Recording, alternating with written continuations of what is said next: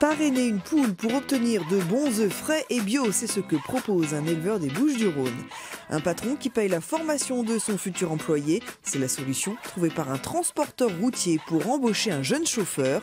Et on se rend tout d'abord dans le Gard pour découvrir la méthode des 3I destinée aux enfants atteints d'autisme sévère. Grâce au jeu et à beaucoup d'attention, les progrès sont impressionnants. Le programme n'est pas encore reconnu par les pouvoirs publics. À qui est-il? Papa. Ah, papa. Quelques mots. Facteur. Ah, la cheminée. Comment elle fait? Un échange. Un sourire. Autant de petites choses simples qui ont ici des airs de victoire. Stanislas a été diagnostiqué autiste sévère à l'âge de 2 ans et demi. Depuis 6 ans, il suit la méthode 3I. Tous les jours, des bénévoles se relaient dans cette salle d'éveil destinée à le rassurer. Chaque séance dure 1h30. Le principe, stimuler par le jeu, mais ne jamais forcer. Il faut le sortir en fait de sa bulle, puisqu'au début il ne voyait même pas. Et il a mis du temps, mais enfin c'est venu très progressivement. Maintenant il nous connaît parfaitement, il nous fait des fêtes. Et voilà, alors il répète quelques mots, il a un vocabulaire qui s'enrichit quand même. Hein. Puis il comprend tout surtout. Autre activité, autre bénévole. Aujourd'hui, c'est jour de promenade pour Stanislas. Une virée dans le monde extérieur encore impensable il y a quelques années. Le résultat de la méthode 3I. En phase 1, on ne sort pas de la salle d'éveil. On l'aide à sortir de son petit monde. En phase 2, comme il est beaucoup plus réceptif pour aller à l'extérieur, ce qu'il ne pouvait pas faire au début, en tout cas une fois par semaine, moi je le promène. On peut aller ou bien faire le tour qu'il aime bien là parce qu'il vient voir son pont, ou bien on va à la bibliothèque. Mais il y a 2 ans, 3 ans, il n'arrivait pas à rentrer dans un magasin. Donc c'est vraiment des progrès énormes. Il y a le pont, c'est quel pont? À terme, Stanislas devrait atteindre la phase 3, celle de la scolarisation, à domicile dans son cas. Mais chaque chose en son temps. Pour sa maman, pouvoir communiquer, c'est déjà beaucoup. Même s'il ne parle pas très bien, il me montre par des gestes en fait. Et on le comprend très bien. Je crois que c'est pour ça qu'il n'est pas frustré, il est content, il est heureux. Dernier avantage pour cette famille, le coût de la méthode, environ 150 € par mois, le prix du suivi par une psychologue. Quel est le quotidien d'une personne atteinte de la maladie de Crohn? Au CHU de Nice, les personnels hospitaliers et même ce médecin spécialiste de la pathologie ont testé une application dédiée qui permet de se mettre dans la peau d'un malade. Je pense qu'il faut aller chercher l'information pour comprendre le vécu du patient, parce que si on comprend le vécu du patient, peut-être qu'on va... On va voir le traitement différemment. Pendant 24 heures, l'application soumet le participant à différentes épreuves. 1 minute pour se rendre aux toilettes. Ah, 1 minute. 1 minute. Donc en fait, il y a un petit chrono qui va défiler, donc il faut trouver les toilettes donc, dans les 1 minute.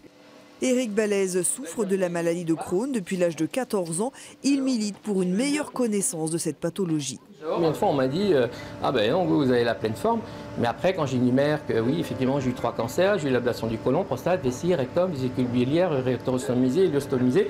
Là, après, on commence effectivement à se poser des questions. Et c'est ça, en fait, qui est compliqué, parce qu'on a envie que cette maladie soit reconnue, et en fait, on n'a pas envie d'en parler parce qu'elle est taboue. Les maladies inflammatoires chroniques de l'intestin touchent plus de 250 000 personnes en France. Les transporteurs routiers manquent de chauffeurs, c'est notamment le cas dans la Loire.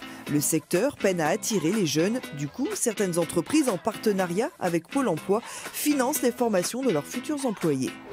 Je te laisse monter. C'était un rêve de gosse pour Andy, devenir chauffeur routier. Mais faute d'accès à la bonne formation, ces dernières années, il a enchaîné les CDD dans la sécurité. Donc là, définition de fonction conducteur, elle a été faite avec le bureau. Aujourd'hui, il s'apprête à passer le permis poids lourd pour intégrer une équipe de transporteurs. Je suis au taquet, c'est niveau formation. Donc maintenant, c'est à moi de tout donner. On m'a laissé ma chance. Je vais présenter l'équipe. À 25 ans, Andy est un des rares volontaires attirés par cette profession. Malgré un regain d'activité, le chef d'entreprise manque de candidats. Il a déboursé 5 000 € pour financer la formation de son nouvel employé. Dans notre métier, il y a quand même, il ne faut pas se mentir, depuis quelques temps, il y a une pénurie de conducteurs. On a des années qui vont arriver qui vont être difficiles. Pour différentes raisons, parce qu'on est comme dans un métier qui souffre d'une mauvaise image. On a une filière éducation nationale qui ne fournit pas le nombre de candidats en vue du renouvellement des gens qui quittent le secteur. C'est bien trop insuffisant. Donc il faut forcément qu'on aille chercher dans des viviers de demandeurs d'emploi. Donc quand on arrive devant un véhicule qu'on ne connaît pas, des gens le regardent de l'extérieur. Une fois son permis en poche, avant de prendre le volant, Andy devra d'abord observer son formateur pendant 2 mois. Un chauffeur expérimenté qui parcourt 2300 km par semaine. On n'accélère pas à fond, ça ne sert à rien. C'est un métier où on fait beaucoup d'heures et donc on voit un peu moins la famille que si on était à l'usine et qu'on faisait nos 7 heures par jour. Donc par contre, l'avantage, c'est qu'on peut voir du paysage. Conduire est quand même une passion quand même. Avis aux candidats, la Fédération des transports routiers se dit prête à accompagner les futurs conducteurs à se lancer dans une nouvelle voie.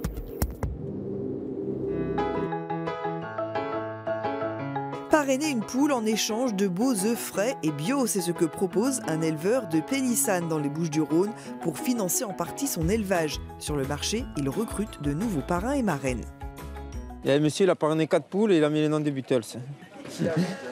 Des noms en tout genre. Ce monsieur choisit Bonnevalaise, habitante de Bonnevoie en Haute-Savoie. Galinette. Avec une participation de 15 €, les clients auront aussi des œufs gratuits et une visite du poulailler. Ils sont de ce matin, ceux-là. Hein. Alors, pour les manger à la coque, il faudrait attendre un jour. Hein. Cette dame a choisi comme nom Cocotte. D'abord, j'ai demandé si les poules, elles vivaient vraiment dans la campagne, si elles n'étaient pas... Parce que alors ça, je ne supporte pas. En moins d'une matinée, Jean Cortès a vendu 350 œufs. Il aurait pu en vendre beaucoup plus. Mais il n'a pas assez de poules et c'est bien le problème. Ça nous aide à avoir de la trésorerie pour renouveler le cheptel à chaque fois. La trésorerie, normalement, c'est un peu plus de 3 000 €.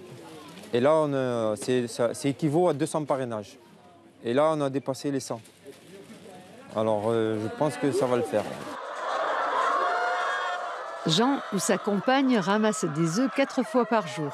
Ils se sont installés il y a 2 ans grâce à des indemnités de licenciement. Travaux, achat de poules, alimentation, l'exploitation vit serrée. J'ai trop investi d'un coup pour vite sortir un salaire. Et ce qu'il y a, c'est que ça coince parce qu'il n'y a pas assez, quoi. Après, c'est sûr qu'on peut passer par la banque. Mais ce n'est pas le but. Le but, c'est vraiment de faire participer les clients. Et après, bon, ils ont la visite, ils ont des zones contrepartie et tout le monde sort gagnant. 500 poules aujourd'hui, Jean Cortès ne veut pas aller au-delà de 700, assez pour être autonome.